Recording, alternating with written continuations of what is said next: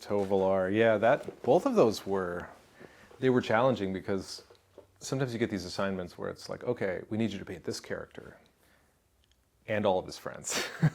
So both of those pieces, there's both the human version of him and the werewolf version, and the same pack in the background, whether it's the human version or the werewolf version. So, it's not a painting of one guy, it's a crowd scene basically. But I don't know, I would say for both of those, especially the wolf version, they're very sort of Frazetta, old school fantasy solutions, triangular composition, all the contrast on the main character, and everybody else is kind of further back and further down in the background. I think in the wolf version, he's actually like holding his sword up again, like with the moon in the background. So it's like anytime you can put a bright light behind a silhouette, your eye's going to go there immediately.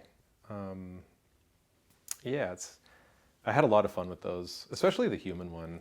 For some reason, that character just felt right. And also, the inspiration behind the environment on the human side version of that one was Rialto Beach, which is out on the Washington coast.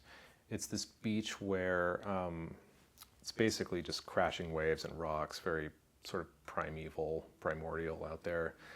But there's all of these bone white logs from these pine trees that have been killed by the salt water as it's crept up. So the whole beach is just these huge, like 6-foot thick logs that you can climb on that have just been like tossed around by the waves.